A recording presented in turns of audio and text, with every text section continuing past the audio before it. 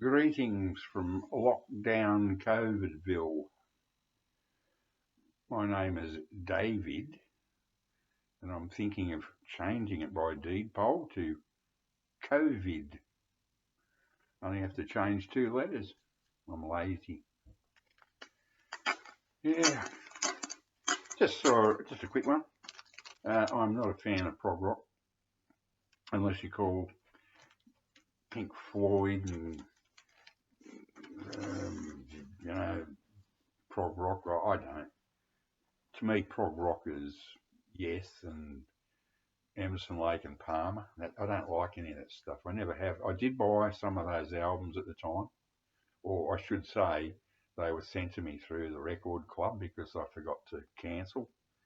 And I actually had Relayer by Yes, and I think maybe Close to the Edge. I think I got through both of them halfway through side one and gave up. They just Yawnsville to me. I just don't get it. Anyway, I saw a vid today, and I thought I'd do a 50th anniversary celebration of one of the greatest albums of all time, in my top 10, probably in my top 5. Um, if you could go so low as to call this a prog rock album, I think this would have to be in the top 3, up there with In the Court of the Crimson King.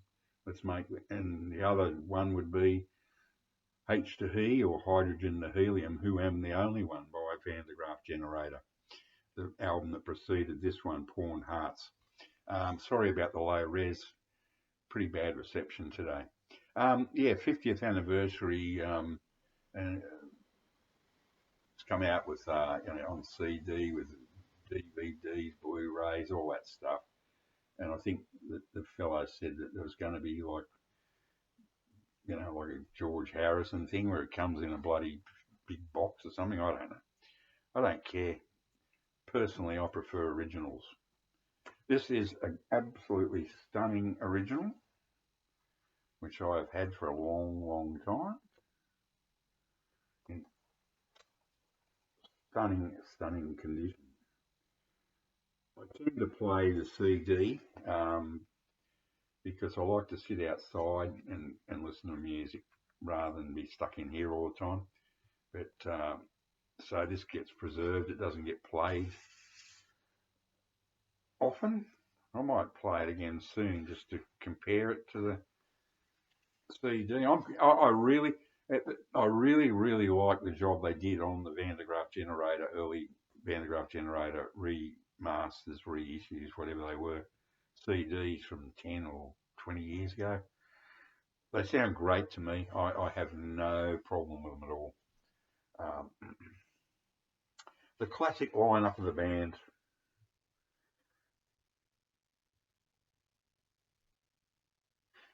July to September 1971, Trident Studios. I think the Rolling Stones like the Trident Studios. Hugh Banton, the Jimi Hendrix of the organ, in my opinion.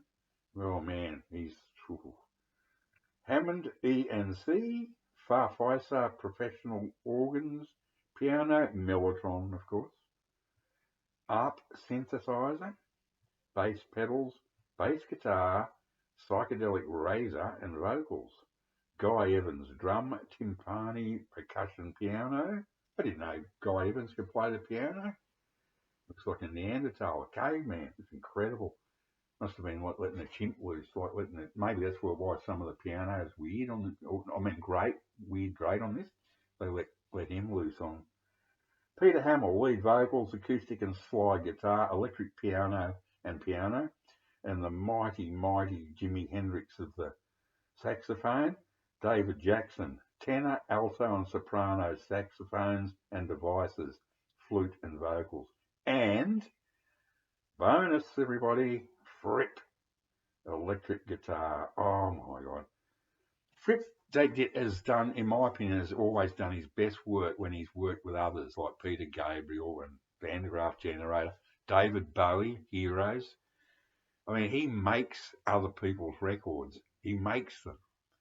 This album is in my opinion, this is the best, most rending, emotional guitar work, solo type thing that Fripp ever did is on this album. In the middle of track of the long track on side one. Oh, here's the lyric sheet. A Plague of Lighthouse Keepers. The title alone, what a brilliant title! A Plague of Lighthouse Keepers. Takes up the whole of side two, and it is an absolute masterpiece. So I don't remember when I got this. It was a long, long time ago. It was definitely back in the 70s. But this is a UK copy. Zephyr Magical Mystery Store, basement 24 North John Street, Liverpool. Hey. LP singles bought and sold. And the beautiful, gorgeous Charisma Mad Hatter label. Beautiful, beautiful, beautiful. Oh my God. Yeah. I played it a couple of times on vinyl.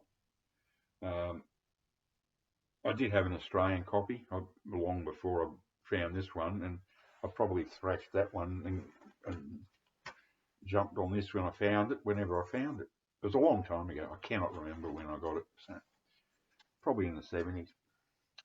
So I used to get them sent out from England because in Australia back in the 60s and 70s, you had to wait like 3 months.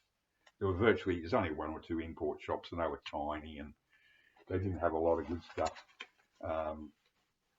But I used to send away to Melody Maker. In the back of the Melody Maker, they used to have ads, and I took a punt on Van de Graaff Generator, and boy, was I glad when I got that. The least we can do is wave to each other. The 2 albums before this, oh wow, I was hooked straight away. I just went, oh my God. You know, prog rock's an insult. It's got everything, you know, freeform jazz, it's all in there, all of it. You know, punk even, you know, Johnny Rotten's biggest influence is Peter Hamill, the singer in this band. First time I heard Johnny Rotten, I was saying to this young friend of mine, he'd be in his 50s now, but I said to him, you should check out Van de Graaff Generator. So we're in a shop, and he bought Hydrogen and Helium, who am the only one on my recommendation. I wish I'd actually bought it, but no, I turned him on to them. So that's because I have an Australian copy which doesn't have the gatefold. But getting off track. Yeah, so now I forgot what I was talking about, and I turned him on to that. Oh, that's right, and I said, do you think Johnny Rotten's original? I said, you wait till you hear Peter Hamill on Killer on that album. I mean, you can hear it.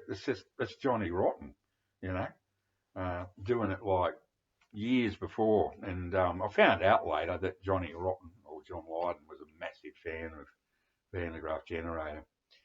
Yeah, so I've got to keep that short and sweet. And of course, I'm running up to 10 minutes already. So yeah, just a celebration of, oh man, what an album. Mind-blowing stuff. Okay, everybody, please look after yourselves. Bye for now.